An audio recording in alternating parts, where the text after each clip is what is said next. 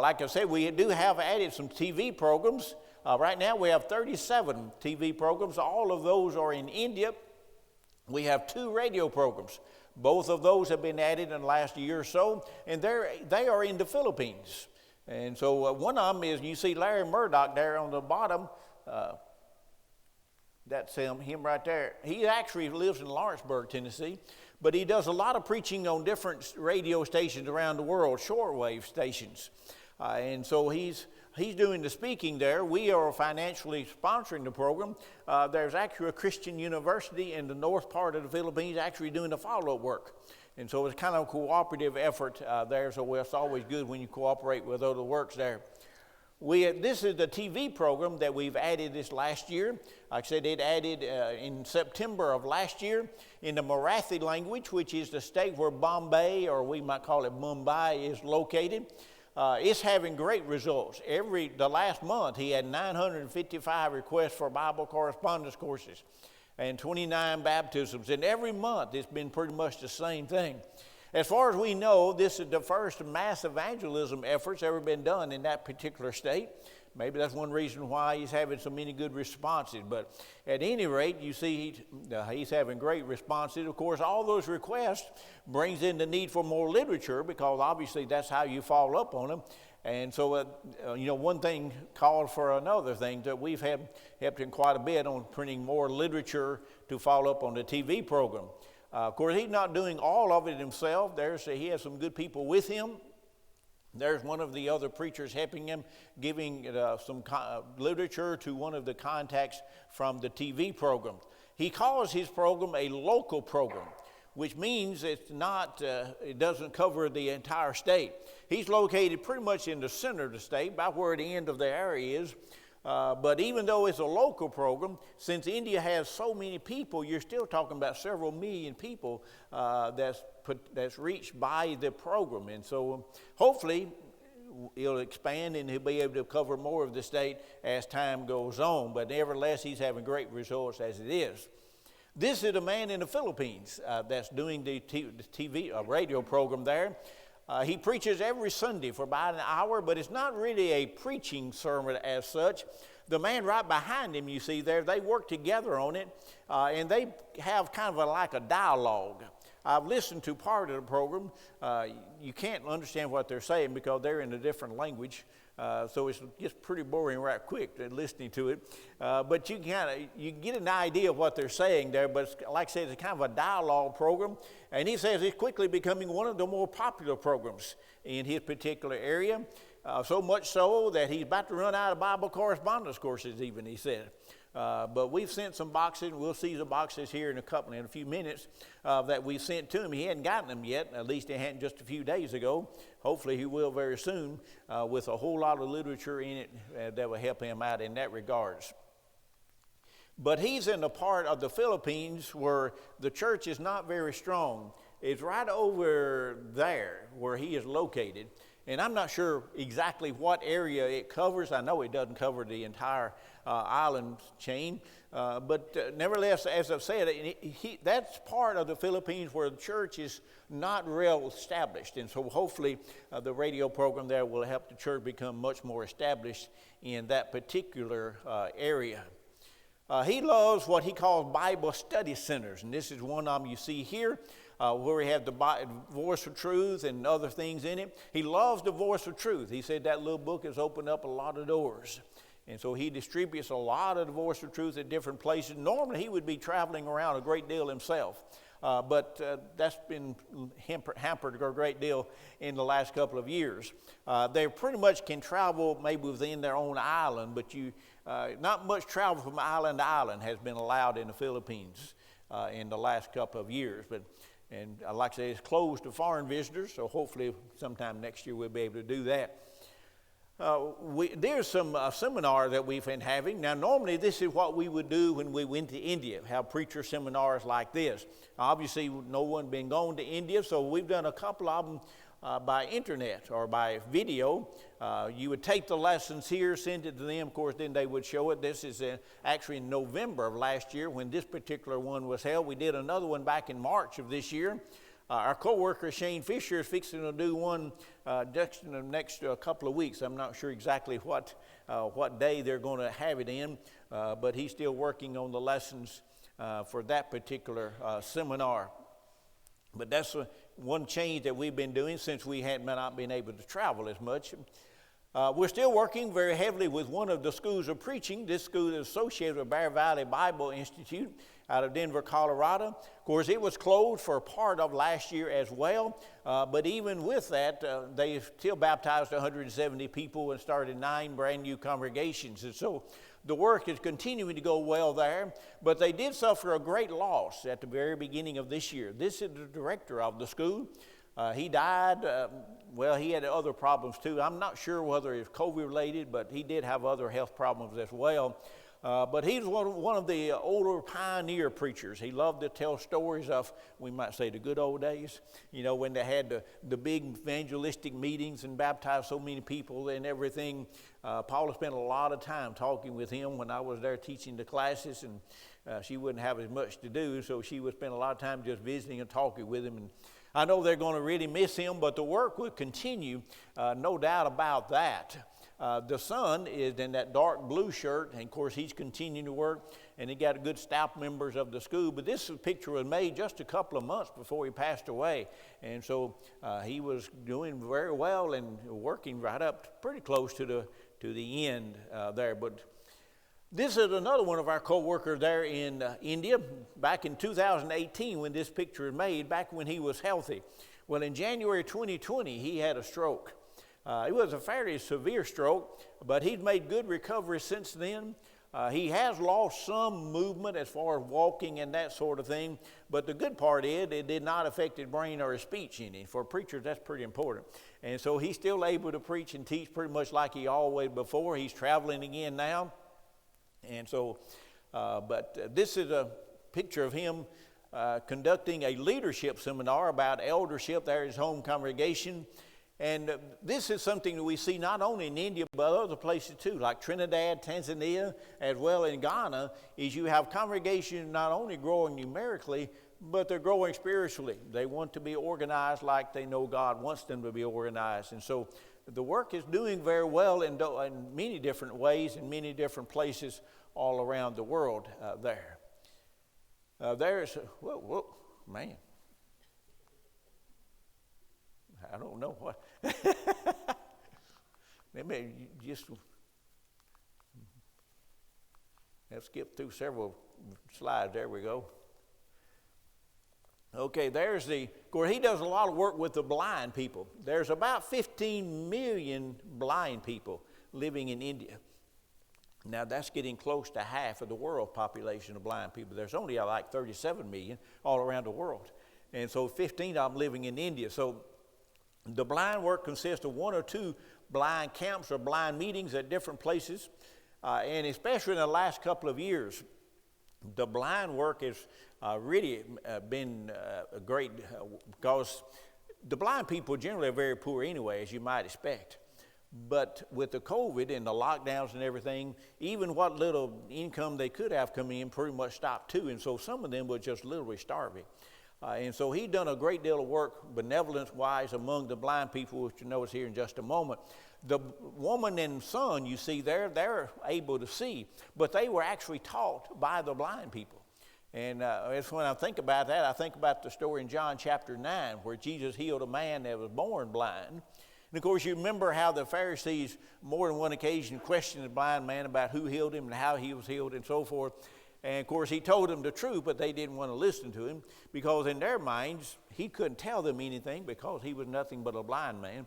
He didn't know anything. They were the religious leaders. They couldn't teach him anything. Well, obviously, this woman and her son did not have the same attitude.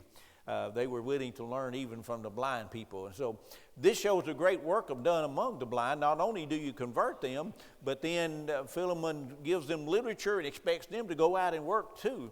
And they do that. And of course, that many times they are passing out literature even among the sighted people. And so that you see the result of it here. Sometimes this thing don't want to. There we go. There are some of the blind people getting literature. And Philemon loves literature. He loves the idea of literature. He says that's something that everyone can do. And we've heard him say this particular slogan several times. And it's basically, he said, if everybody would give 1 minute every day to give one tract or one piece of literature to simply one person, just think of all the seed that would be sown. Even among the small group, everybody did that every day, a lot of seed would be sown. You sow the seed, you get a harvest. If you don't sow the seed, you know exactly what you're going to get. But it's just, literature is something that everybody can do. It doesn't matter whether you're able to talk very well, whether you know very much or not. Everybody can at least give a piece of literature to somebody, and you never know what good that is going to do. And so he's very big in doing that. This is a picture of him involved in the blind meetings. You see the bags of rice that was given to him as far as benevolent aid. Of course, this is one of the things that they were able to do even during the lockdowns. For instance, this particular meeting, they had to get special permission from the government to travel about 2 hours from their home to hold this particular meeting. But we admire him and his family for doing this, because at a time when it would have been very easy for someone to say, well, we can't go out, it's dangerous, we need to stay at home. He didn't do that. He got out and kept trying to spread the gospel, to help the people and do whatever he could to help the people. And the work is continuing greatly even during the lockdowns and so forth. Of course, every time you have a meeting here, the gospel would be preached. He would also distribute literature again. We have the Seeker's Bible course as well as the Voice of Truth in Braille. And so that's passed out at every meeting that we have among the blind people. The Voice of Truth continues to be one of our main works. We do have several copies of that on the back, as was mentioned a little bit earlier. Right now it is translated into 4 different Indian languages in addition to Braille. We also print it in the Nepali language. It's printed in India, in English, in India, Nigeria, and in Ghana. And we've just recently added to Zimbabwe to that. We'll mention more about that in just a moment. But we've printed so far 1 issue of it. That's in the process of being printed there now. But that's an addition that we've just recently been able to do as well. We print 6,000 copies of it in Nigeria, 5,000 in Ghana, and they love the Voice of Truth in those countries. Of course, remember, they don't have any literature hardly. They're glad to get anything. And so the Voice of Truth does a great job of helping people in a time when they don't have very much. We mentioned a little bit earlier about sending 2 boxes to June in the Philippines. Well, these are the boxes that we're talking about. Each one of those boxes we can ship for $120. And they'll hold over 300 pounds of literature. You see pictures of 5 boxes there. A couple of months ago, we actually shipped 7 boxes. But the best part is they come by and pick these up. You don't have to take them anywhere. Most of the time you're going to ship literature somewhere, you got to take it somewhere and pack it and so forth. There you don't. They'll pack it to the office and they'll come by and pick it up. That's worth a great deal as far as I'm concerned. It's a great deal of help for us. We just recently, yesterday as a matter of fact, packed up nearly 2,000 pounds of literature for Guyana, Trinidad, and also Grenada down the Caribbean islands. You might have noticed if you come in this morning that at the very back there's a car with a trailer hooked up to it. Well, that's my trailer.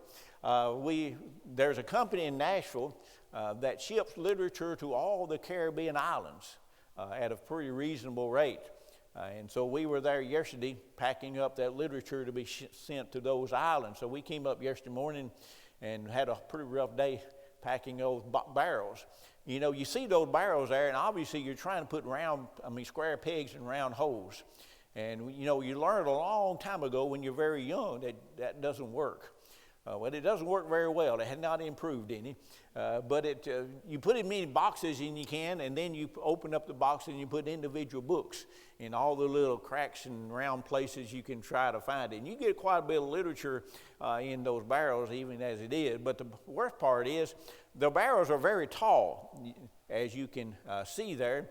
And so especially when you're at the bottom, you're almost standing on your head trying to get to the very bottom of the barrel. So it makes it pretty tough, especially when it's about 100 degrees. Thankfully, it wasn't that hot yesterday. It was a nice day to be doing this. But that's what we did yesterday. We also shipped literature to various places wherever we can find reasonable rates of shipping. Sometimes when it's not so reasonable, things don't work too well. There we go. What are we going to be doing in the future? Of course, well, obviously, we don't really know. These are some of the countries we've been to, would like to go to. Normally, we would go to Nepal, Myanmar, Vietnam, and the Philippines every year, but we have not been to any of those countries in the last 2 years. Hopefully, we can next year, but like I said, most all those countries are still closed to foreign visitors, and so exactly when they're open up, only God knows the answer to that. But we have made 3 trips to Africa this year, and we'll mention more about that in just a moment. As I said, that's about the only place in the world that you can still go to. There's some of the country down in South America you can go to. I know Brazil, you can go there. Peru, you can go there, I think. But, there's not many places that you can go to. In most of the country we go to, we're associated with Bear Valley. They have several extension schools. At the beginning of this year, they had 44 schools in 28 different countries. And again, last year, most all of those schools were closed for at least part of the year. But in spite of that fact, they still baptized over 2,400 people, which showed that they're not only just training what we might call pulpit preachers, but really training evangelists, people with desire and ability to get out and really spread the gospel to the lost. And this is a picture that was given to us and sent to us. I'm not sure what country it's in. It's in one of those African countries. But in all those nations overseas, pretty much, motorcycles is a very common way of getting around. You can put lots of people on a motorcycle, as you can see. You can also carry a lot of things on motorcycles. We've seen them carry just about anything. There's a bunch of banana bunches that was carried on a motorcycle. One time in India, we saw 2 men and a live goat being carried on a motorcycle. We've even seen 2 men carrying ladders on motorcycles. You put the rails on their shoulders, and their head will be sticking up through the middle of the ladder. I've always thought, what would happen if you had a wreck? But hopefully that won't happen, but makes you wonder what would happen if they happen to have a wreck with something like that. But like I said, they do carry just about anything on motorcycles. Back in March of this year, I made a trip to Ghana. I try to go there about every year. Like you said, Ghana is one of those places that we print the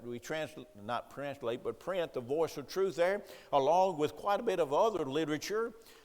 This year, when I went there, I met Seth Larby there. He runs what's called the Guide-like Literature Center. This is where he distributes literature for us, as well as World Bible School and Mission Printing out of Dallas, Texas. And so he distributes that literature all around the country. That van was helped by us to help him buy that van. We had a generous donation at the first part of this year, which did not pay for all of it, but paid for a good part of it. And so he was using that for his campaign work. And when I got there, then the very next day, we traveled several hours almost to the Ivory Coast border to have a leadership seminar at the church where I've been to a couple of years ago. There's some of the literature that was carried with us. That whole back seat was pretty much filled up with literature. And when we got to where we were going, it was the women who actually unloaded the boxes. That was felt kind of weird to me because I'm used to helping unload the boxes, but in this case it was the women did it. In Africa, it seemed like women do almost all the hard work. But they carried the boxes on top of their heads. When they want to carry something, they put it on top of their heads. And they make it look very easy.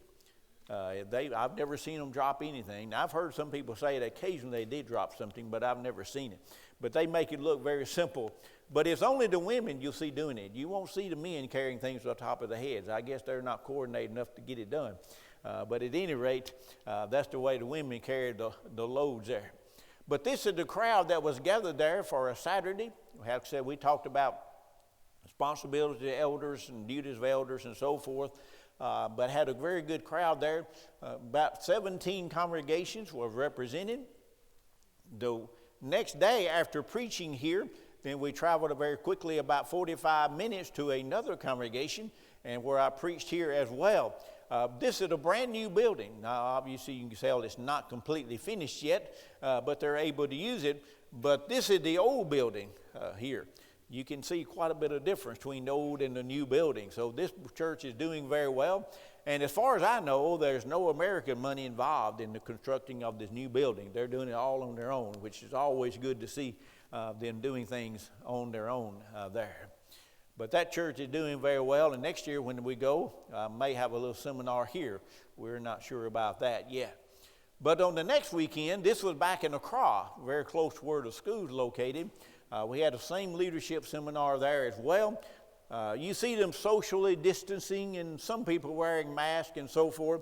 So the countries in Africa, they have some COVID, but not nearly as much as what we've had here in most other places in the world. And so that's one reason why they are much more open to visitors coming in, because they just simply do not have the trouble with COVID like we have. And I'm not sure all the reasons for that. I'm not sure anybody knows what the reason is. I've got my ideas, but that's all it is, just my ideas there. But had about the same number of people for this seminar we did for the other one, except more congregations represented. They said about 50 congregations were represented out of this group. But again, it had a very good crowd there. Now, most all the African countries are fairly poor. The road system is not very good. The main road in Ghana is fairly good, not great, but fairly good. But you get off the main road and you pretty much got dirt. This is the road that I walked on every day from where the hotel was to where the school was located. It's about a half a mile or so. It rained 4 or 5 times while I was there. And so you see the mud holes. You had to walk around to the left there, barely getting around the water. You go a little bit further, and the mud hole gets a little bit bigger. You have to go a little bit further around. You go a little bit further, and the mud hole gets even bigger, and you have to walk on those rocks, as you see that man doing there. So sometimes it's a challenge to get to where you're going to go, but fortunately I did not fall into the water and get my shoes too muddy anyway. Then in May and the first part of June, we went to Uganda and Zimbabwe. This is the first time we've been to either one of those countries, but the trip turned out to be great. Had a lot of good opportunities were presented to us there. We went to Uganda primarily because the preacher at our sponsoring church, the Strickland Church just outside of Corinth, Mississippi, the preacher had been going there for many years, and he'd been wanting us to go for a long time, but it seemed to us never had time to go. But with our limited travel schedule this year, we was able to work it out, and we're glad we did. But we got there, and we traveled all across the country, all to the extreme western edge of Uganda, right next to the Congo border. This was way up in the mountains, very beautiful scenery as far as that is concerned. These are actually some of the highest mountains in the world. And so we stayed at the very base of the mountains and every day drove up into the mountains. And the first day we drove up there, the taxi driver said, we're going to have to take a detour because the bridge you normally we use collapsed yesterday. And so you're going to have to take a detour. Well, he did not tell us that the detour involved actually crossing a river, not just going over a river, but crossing the river. Now, this was not a four-wheel drive vehicle or a high clearance or anything like that. This is just a normal, everyday car, and he's looking at the situation. He actually paid that little boy, you see there, a little bit of money to move a couple of big rocks kind of out of the way, but we had no problem crossing the river. This is a picture, if I get it turned here.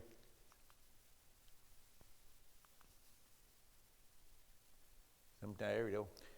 This is a picture of us actually crossing the river, so you can see it's a fairly sized little river there. Fortunately, a couple of days later, we was able to use the bridge the rest of the time. Now, when we were traveling up there, we were thinking to ourselves that why are we coming way up here? Because surely there's not that many people live up in the mountain. Well, we were wrong on that part. There was a whole lots of people living up in that area. Of course, everybody walked wherever they went there. But when we got there, had a nice-sized church building. This is a good-sized church building. This was the crowd there on Sunday morning, probably 80 or so people gathered there. But there was no vehicles at all. This picture here is in the yard just outside the building, and everybody's visiting after church was over. But you see, there are no vehicles there, no motorcycles, no cars, anything. I think there was one car, and that was the car we drove up in. But like I said, everybody walked, no matter where they went to. But there was a lot of people, and a lot of kids up in that particular area. Just up the road, about a quarter of a mile, is a private school, which is run by the church there, and had about 400 kids located enrolled in that school. She kind of gives you an idea. But these are some new facilities that was built by the church not too long ago, so they're kind of proud of that. But it's been a long time since we used anything like this, haven't they? So again, it just shows how blessed we really are in this particular country. But there's the school. Paula taught class every day to the students there at the school. They're supposed to be socially distancing, but obviously they're not paying much attention to that. Like I said, they haven't had too much COVID, but they have had some. But you never know what's going to happen. In this country as well as Zimbabwe, we left the country, and then 2 or 3 days later, both countries had a lockdown. So, I don't know what would happen if they locked down while we were there, but we were fortunate enough to be able to get what we wanted to get done and then leave. And so you never know in this situation what you may run into at various times. This is the class that I taught. This is a school of preaching that we were in the process of restarting. It ended a couple of years ago for lack of funds as well as the COVID restrictions. Now, this is not a full-time school. It's a three-week sessions every year, and then in between they have some evangelistic program where the preachers that are there will travel to congregations that do not have a preachers. There's many congregations in this particular part of the country. Many of them do not have preachers, and many of the preachers do not have any type of specialized training. And both of us noticed a general lack of biblical knowledge, even among the preachers. They simply did not know what we thought they should have known, especially of the Old Testament. And so we saw a great need for more biblical knowledge. And so this is my class that we had here. Obviously, as you can see here, we had it in what we would call a cow shed, literally. But the work is doing very well. But this is started back now. We're sending funds over there to actually fund this particular program. This is another session that I had just a few weeks ago. They had it in the school building itself because the school was closed because of lockdowns from the government. And so that prevented the school-age children from meeting together. Of course, that did not prevent the adults from using it. So they had a little better facilities while they were at this time. But this is a program I think going to be a great help there for the church in that particular area. Paula taught a ladies' class, at least the first week. The preacher said that women just cannot take 2 weeks off. As I say, it seems like they do all the hard work. They do all the housework and the gardening work and the food and things like that. And so they're pretty busy. But some of those women walked an hour and a half in order to get there by 9 o'clock and attend the Bible classes. But like I said, everybody walked here. The preacher's wife is actually a school teacher, and she walked an hour and a half to school every day. We think it's bad to have to commute an hour in an air-conditioned car or something. Well, how would you like to walk an hour and a half, teach school all day, walk an hour and a half back home, and then when you get home, you got 4 kids to take care of. So obviously, I think she's a very busy individual there. Well, from there, then, we went to Zimbabwe. Again, this is the first time we went to Zimbabwe. We went here primarily to meet Philemon that we mentioned earlier from India. To teaching what's called the JC School of Evangelism. Now, this is not a preacher school. It's a program designed to encourage individual Christians to be more evangelistic, to pass out tracts, have literature, have Bible study, whatever can be done to acquaint other people with the gospel of Jesus Christ. It's been done several locations there in India, had great results every time. And this came about as a result of a recommendation from a man in India. He went through the program back 3 or 4 years ago. He was so impressed with the results of it that he knew this man in Zimbabwe, so he recommended him invite him over there. So he came there the first time in December of 19. Now, you remember I said he had a stroke in January 2020. Well, about the time he recovered enough, he might begin to think about traveling again. That's when the COVID hit, and so he was not able to go back again. We were going to meet him there this time, but shortly before he was to make the trip, we had another big surge in India, and his flights were canceled, so he wasn't able to make it. But he did make it again just 2 or 3 weeks ago. When I was in Tanzania, he spent one of those weeks there in Zimbabwe, and he had a good trip there. But this is the preacher that we're working with, very evangelistic. As a matter of fact, we were very impressed with not only him, but pretty much everyone that was associated with him and the congregations. He is doing a great job for us now. We'll mention more about that here in just a moment. But this is his congregation. You see, this is during the week, had a Bible class every day during the week. His building has only had 2 walls to it. He had the blocks for the wall, but he had never got them put up yet.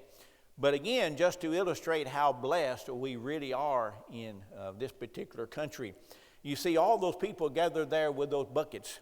Now remember, this is in what we would call a subdivision of the capital city, just outside the capital city, in a very nice subdivision there. But you see the road is just dirt and rocks. Most of those homes do not have running water. They have to come there to the church. Healing Hand built a well for the church, as well as filtration system and all that. So they have clean running water for the people, and they come there all day long picking up water. And I don't know how far they'd have to carry back, but 5 gallons of water gets pretty heavy pretty quick. And it's most of the time the women that's coming there to get the water. But they're there every time the doors is open, and which means they're open all day long, except what time the church might be going on. And so they're there all the time. But the preacher there said literally that has brought in thousands of contacts conversions over the years, and a great deal of good been done due to that. This is the women that cooked lunch for us every day. Now, what you see on that red plate might look like mashed potatoes, but it's not. It's what they call sadza, which is something like our grits with absolutely no taste whatsoever. They put absolutely nothing on it. We did not care much for it, but they loved it. They have something very similar in Tanzania. They call it their ugali, though, but again, had no taste to it. They have something in Uganda, they have something made out of cassava root, which looks different but tastes about the same. We don't care much about any of it, but it seems like every country has those tasteless dishes. They put greens or something other with it, and they love it, but we don't care much for it there. But those women got that done by 9 o'clock every morning in order to attend classes. Actually 10 o'clock there. But it was fairly cool there in Zimbabwe. This was their winter time, and so they moved the benches outside in the sun because it was obviously quite a bit warmer in the sun, and so it worked out pretty good for them there. Paula taught a ladies class every day. That's one of the classes there. And at the end of the week, we had 6 baptisms. We had one back in Uganda, I did not mention that, but 6 baptized here. I think when Philemon was there, he had another 6 or 7 that was baptized there as well. And so that's the whole purpose of the program, of course, and get people out being evangelistic. This is the children's class that Paula taught. Of course, no classrooms or anything, just brought the benches outside and met just outside the church building. About 200 people or so meeting at the church building on Sunday morning. These are actually 2 pictures kind of put together because I couldn't get the whole auditorium in one time. But the great congregation there, very evangelistic. They're in a process of starting a brand new congregation. We met there that morning, and then in the afternoon we traveled to another we would call subdivision, where they're starting a brand new congregation. Obviously, they have no building or anything, just literally meeting under a tree. Someone is letting them use their property to meet in. But we're helping send $150 every month to pay for 3 different preachers to start 3 brand new congregations in completely different areas. One of them has traveled about 2 hours, kind of back to his hometown, to start a new church in that particular area. And so, again, that just illustrates how evangelistic the people are there. And we did notice something else here, that the biblical knowledge of the people generally is much higher here than it was in Uganda. Now, they've had schools of preaching in this country for a long time. You might recognize the name Lloyd Mitchell. He worked in Uganda for many, many years and had a school, and the school is still operating. And I know several hundred people probably graduated from that school over the last 40 years or so. And I'm sure it had a great deal with the biblical knowledge of the people there. But we are very excited to announce that we started a lot of printing in this particular country. The preacher that we showed very early, not only is he anxious to help his church grow, but he's anxious to help the church all over the country grow. There's about 400 congregations in the country of Zimbabwe, and he's in the process of distributing literature to every single congregation in that country because he knows the great need for literature. And so twice we've We've sent money there to print massive amounts of literature. So far, we've printed about 40,000 tracts. That's some of them that you see right there. We've also printed 3 different volumes of books, 10,000 copies or so each one. And they're going to be distributed to all the congregations. And so we really appreciate the preacher doing all this. Now, you might imagine that's a lot of work to get all this literature distributed among the congregations. And we're not paying him anything to do it. He volunteered to do this on his own. Like I said, in addition to this, we just recently started translating the Voice of Truth in that country. We were sending some issues there anyway, but it's very expensive to ship to these countries, as you might expect. And so we were able to get quite a bit more literature printed for not a little bit more money than what we're paying, but not too much. And so we're excited about that. We printed 2,000 copies of the Voice of Truth. First issue is in the process now of being printed, and we'll be doing that pretty much every time as well. There's a school, private school, located very close to where the church is located there. And every one of the students is required to take the World Bible School literature. And so that's a great open door. And the preacher there is the one responsible for getting it all done. They even call him the pastor. And so, but a great opportunity, great open door for the students there. This is about 1,100 students enrolled in this school. So you're talking about a great open opportunity to have an impact on several lives of children there. We went there twice to speak to about half the half the student body each time. From there then, like I said, I just got back from Tanzania about 3 weeks or so. I was there teaching in a Bear Valley School of Preaching. And again, we had a great trip there as well. This is my class, brand new classroom that's just recently been built. The old classroom, they're combining them in one big room for the library and computer stations. And so they're still working on that particular project, but that'll give them a whole lot more room for their library, which they desperately needed there. But a very good school going on here. Not only that, but it also affords opportunity again for literature. You know, we mentioned before about literature. Every country needs literature. Every country wants literature. We're printing a lot of literature, continuing to do that in India. But here, it shows the close connection between schools and literature. As you go to a country, you may go there primarily to teach, but with our connection with literature, that means you're able to talk to them about literature, which every country needs and needs. And so it's a great open door. It's kind of like killing 2 birds with 1 stone, I like to say it. But it's a great use of time and resources. And so here again, I went there to teach in a school, but the ones on each side, they are the ones that are working with translating the literature for us into Swahili language, like the Voice of Truth and some other books. They're working on it for the last year. When I was there last year, we kind of worked all this out. And so they've been working on it for the last year or so. The man in the middle is actually one of the students there, but he's a second-year student. He'll be graduating in November. He is actually from Kenya. And when he graduates, of course, he's going to go back to his home in Kenya. And that little round circle kind of gives you an idea of where the books will be distributed. Not only are they distributing literature in Tanzania, but in all the other countries as well. It's 5 additional countries. Not only they're doing it in Swahili, but now we've also started printing some books in English because there's a lot of English spoken in all of those countries. And so we're distributing some English books along with the Swahili books at the same time. And so basically the distribution for the extra books is not costing anything. And so this should help the church out a great deal in all those countries. And so we're excited about this particular project. But this slide here just kind of summarizes what our work is all about. We have massive amounts of literature in English as well as foreign languages. Those books you see at the top there are actually from Vietnamese language. Of course, we have the TV programs. We've also done some teaching by video and internet and that sort of thing. We actually also started an English program in India last year. And so I'm preaching every week in India, even though I hadn't been there.